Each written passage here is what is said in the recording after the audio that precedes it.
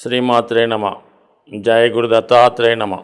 ఈ వీడియోలో మనం సెప్టెంబర్ 22వ తారీఖు నుంచి 28 మధ్యలో జరగబోయే వార ఫలాలు సింహరాశి వారికి ఏ విధంగా ఉన్నాయి అని పరిశీలించినప్పుడు, మరి సింహరాశి వారికి ఈ వార ప్రారంభంలో ఆది సోమ మంగళవారాల్లో దశమ స్థానంలో ఒక గజకేసరి యోగం లాంటి అద్భుత యోగం ఏర్పడింది.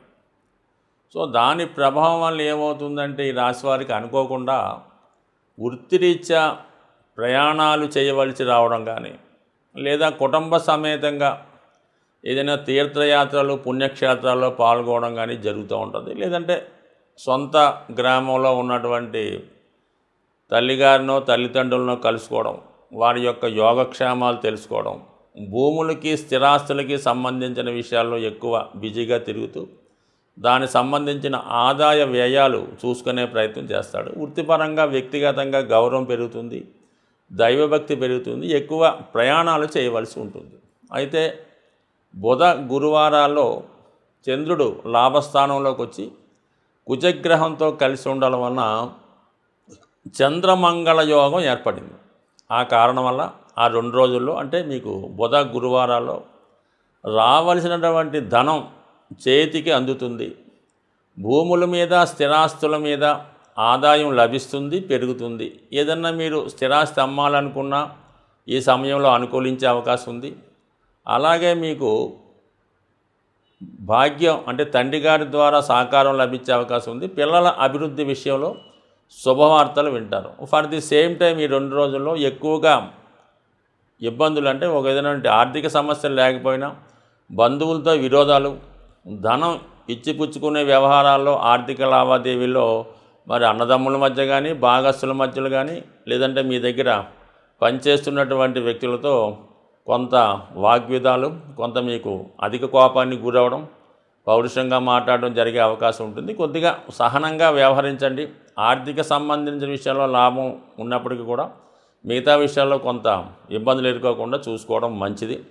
శుక్ర శనివారాల్లో చాలా వరకు కుటుంబ విషయాల మీద శ్రద్ధ పెడతారు. కుటుంబానికి అవసరమైనటువంటి వస్తువులు కొనటం కానీ, వారి యోగక్షేమాల కొరకు వాళ్ళ కోరికలు తీర్చే ప్రయత్నం చేయడం జరుగుతుంది. అలాగే ఏదో ఒక పుణ్య కార్యక్రమం, పూజా కార్యక్రమం లాంటివి చేయడం జరుగుతూ ఉంటుంది. కొద్దిగా ఎవరికైనా ఆర్థిక సహాయం, హెల్ప్ చేయవలసి కూడా ఈ వారం చివరిలో ఉండే అవకాశం ఉంది. ముఖ్యంగా మంగళవారం వరకు బుధుడు రాశి అందే స్వక్షేత్రంలో ఉండడం వలన ఆర్థికంగా ధన సంపాదించే ఆలోచన చేస్తూ ఉంటారు. అదనపు ఆదాయం కొరకు చేసే ప్రయత్నాలు ఫలిస్తాయి. అటు కుటుంబ సభ్యుల సహకారంతో ఉంటుంది. మీ వ్యక్తిగతంగా వృత్తిపరంగా కూడా అధిక ఆదాయం ఏర్పడుతుంది. మరి బుధవారం నుంచి ధనస్థానంలో మీకు ఈ బుధాదిత్య యోగం ఏర్పడడం వల్ల, బుధుడు ఉచ్చస్థానంలోకి రావడం వలన వ్యక్తిగతంగా మీ కుటుంబ గౌరవం పెరుగుతుంది, కుటుంబంలో మీ వాల్యూ పెరుగుతుంది, కుటుంబ అభివృద్ధికి మీరు చాలా సహకరిస్తారు. ఇది ముఖ్యంగా రాజకీయ రంగంలో ఉన్న వాళ్ళకి, రియల్ ఎస్టేట్ రంగంలో ఉన్నవారికి, స్వతంత్ర వృత్తుల్లో ఉన్న వాళ్ళకి ఆర్థిక పరంగా చాలా అనుకూలంగా ఉంటుంది. ప్రభుత్వ పథకాలు మీకు అనుకూలంగా ఉంటాయి. ప్రభుత్వ సహకారం లభించే అవకాశం ఉంది. ఇది విద్యార్థులకి ఖచ్చితమైన అభివృద్ధి కనబడుతుంది. ముఖ్యంగా సింహరాశిలో ఉన్నటువంటి స్త్రీలకి ఉద్యోగ అవకాశాలు విపరీతంగా పెరుగుతున్నాయి. ఉద్యోగం మారదామనుకున్నా, కొత్త ఉద్యోగం ప్రయత్నం చేద్దామన్నా కూడా 100% ఈ సమయంలో మీకు లభించే ఉంది. కామన్గా అందరికీ వృత్తిలో మార్పు కొరకు చేసే ప్రయత్నాలు ఫలిస్తాయి. అంటే దశమాధిపతి శుక్రుడు తృతీయ స్థానంలో ఉన్నప్పుడు వృత్తికి మార్చడానికి ప్రయత్నం చేస్తారు. కొంతమంది తాత్కాలికంగా ఉన్న దాన్ని విడిచిపెట్టి వేరే దాంట్లోకి వెళ్ళడం కానీ, మధ్యలో కొన్నాళ్ళు విరామం తీసుకోవడం కానీ కూడా జరిగే అవకాశం ఉంది. అయితే శుక్రుడు స్త్రీల మీద ఎక్కువ ప్రభావాన్ని చూపిస్తుంటాడు.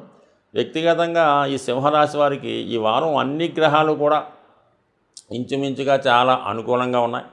ముఖ్యంగా అటు గురువు, కుజ, మరి బుధ, శుక్ర అన్ని గ్రహాలు అనుకూలంగా ఉన్నప్పటికీ కూడా ముఖ్యంగా అష్టమంలో రాహుగ్రహ ప్రభావం వల్ల చాలా వరకు జాతకులు పరిచయం లేని వాళ్ళని నమ్మి ఏదో ఆన్లైన్ ద్వారానో వాళ్ళని నమ్మడమో, లేదంటే ఆన్లైన్ బెట్టింగ్లో ఏదో ఆన్లైన్లో ఏదో 100కి 1000 రూపాయలు ఇస్తామని అలాగే నమ్మో, లేదంటే ఆన్లైన్ అప్పులు తీసుకోవడం చాలా వరకు మోసపోవడం కానీ జరిగే అవకాశం ఉంది. ధనం పోగొట్టుకోవడం పక్కన పెడితే లేనిపోని క్రిమినల్ కేసుల్లో ఇన్వాల్వ్మెంట్ అయ్యి వాళ్ళ ఇబ్బందులు కూడా వచ్చే అవకాశం ఉంది. అంటే జాతకం బాగుంది, మిగతా గ్రహాలన్నీ బాగున్నాయి కదా, మనం ఏ చేత నడుస్తా అంటే మాత్రం ఎట్టి పరిస్థితుల్లో కూడా రాహు అష్టమ స్థానంలో ఉండడం వల్ల ఎట్టి పరిస్థితుల్లో కూడా మీరు ధనాన్ని సులభంగా సంపాదించే ప్రయత్నంలో ఏమాత్రం కొద్దిపాటి పొరపాటు చేసినా, అంటే ఇంచుమించుగా గవర్నమెంట్ రూల్స్కి వెగ్నెస్ట్గా వెళ్ళినప్పుడు ఖచ్చితంగా మీకు ఇబ్బంది కలుగుతుంది. ఒకవేళ మీరు వేరే కార్యక్రమాల ద్వారా ధనాన్ని పోగొట్టుకున్నా, ఏదైతే మనం ధనం పోగొట్టుకున్నామని న్యాయస్థానంలోనో పోలీస్ స్టేషన్లో చెప్పుకోలేమో అటువంటి వాటిలో ఇరుక్కొని నష్టపోయే అవకాశం ఉంది. కాబట్టి సాధ్యమైనంత వరకు సింహరాశి వారు నిజాయితీగా ధర్మంగా ఉంటేనే మీకు సక్సెస్ వస్తుంది తప్ప అత్యాశకు పోతే మాత్రం తిప్పలు తప్పవు. ప్రస్తుతం మనం మహాలయ పక్షంలో ఉన్నాం కాబట్టి ఈ వారంలో అంటే రాబోయే ఈ పక్షం అంతా కూడా పితృదేవతల్ని ఆరాధించే సమయం. అంటే ఇక్కడ ఎవరి కుటుంబంలో అయినా, అంటే వ్యక్తిగతంగా మీరే కాకుండా మీ కుటుంబంలో సంతానం అవ్వచ్చు, ఎవరన్నా మీ కుటుంబంలో నిరుద్యోగులుగా ఎటువంటి ఉద్యోగం లేకుండా కేవలం ఖాళీగా ఉండడం వల్ల కానీ, ఏదో ఒక వ్యసనానికి బలహీనమై ఉండడం కానీ, తరచూ అప్పులు చేయడం, వివాహం అయినా కూడా సంతానం కలగకపోవడం, ఒకవేళ కలిగిన కేవలం స్త్రీ సంతానం మాత్రమే కలగడం, ఇలాగ కొన్ని ఉంటాయి. అయితే ఒక కుటుంబంలో ఒకరికి ఈ విధంగా ఉంటుంది. సాధారణంగా ఈ పితృదోషాలు అన్నవి ఆ కుటుంబంలో ప్రథమ సంతానం మీద ఉంటుంది, కొన్ని సందర్భాల్లో చివరి సంతానం మీద కూడా ఉంటుంది. కాబట్టి ప్రతి ఒక్కరూ కూడా ఈ దేవతలకి తప్పనిసరిగా ఇప్పుడు జరుగుతున్నటువంటి 15 రోజుల్లో మరి మీ పెద్దవారు మరణించినటువంటి పుణ్యతిథి రోజున ఎవరికన్నా మరి తగు విధమైనట్టుగా ఆ కార్యక్రమం పూర్తి చేయడం. మరి చాలామందికి అవకాశం లేకపోవచ్చు, తెలియకపోవచ్చు, కానీ వాళ్ళు వీలైనంత వరకు గోసేవ చేయడం వల్ల మీ దగ్గరలో ఉన్నటువంటి గోశాల దర్శించడం, లేదంటే మీ పెరట్లో ఎవరన్నా పెంచుతున్న గోవులు ఉన్నా, మీ ఊరిలో ఉన్న ఆ గోవుకి మరి నవధాన్యాలు సంబంధించినవి, అంటే నవధాన్యాలు అంటే అందరికీ తెలిసే ఉంటుంది, గోధుమలు, ఈ పెసలు, మినుములు, కందులు వగైరా ఉంటాయి. అందులో మీకు ఏదైనా ఒక 3 నానబెట్టి ఆవుకు పెట్టడం వల్ల సాధారణంగా ఈ పితృదేవతల యొక్క ఆశీర్వాదం లభించే అవకాశం ఉంది. సాధారణంగా ఎవరైనా కుటుంబంలో మీ పెద్దవారు మరణించినప్పుడు మీరు వాళ్ళకి 11వ రోజున చేసినటువంటి కార్యక్రమాలు, వసపిండి అంటే రకరకాలుగా ఉంటాయి పేర్లు, ఆ రోజు నుంచి వాళ్ళు దేవతలుగా పితృదేవతల్లో కలడం మారుతూ ఉంటుంది. సో అందువల్ల ఏంటంటే ఖచ్చితంగా వాళ్ళు దేవతలే. సో అందువల్ల ఏంటంటే మీరు కంపల్సరిగా పితృదేవతల్ని ఈ మహాలయ పక్షంలో ఆరాధిస్తే జాతకంలో ఉన్నటువంటి సమస్త దోషాలు, ఇంకా అది ఇదని కాదు, ఎటువంటి దోషమన్నా పరిహారం జరిగే అవకాశం ఉంటుంది. కాబట్టి సాధ్యమైనంత వరకు మరి ఇది ఖచ్చితంగా చేయడం వల్ల జాతకంలో ఉన్నటువంటి దోషాలు పరిహారం అయ్యే అవకాశం ఉంటుంది.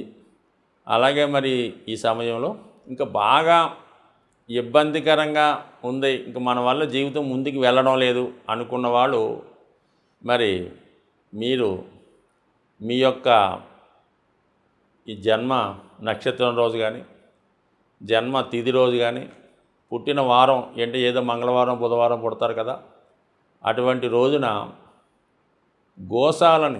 గోశాలని దర్శించి మీ యొక్క వెయిట్ ఎంత బరువు ఉంటారో ఆ బరువు వెయిట్ చూసుకోండి. ఆ వెయిట్కి తగు విధంగా మరి పశువులు ఏదైతే అక్కడ ఉన్నటువంటి గోవులు తినే ఆహారాన్ని మీ వెయిట్కి ఎంత ఖరీదు ఉంటుందో అక్కడ ఉంటుంది.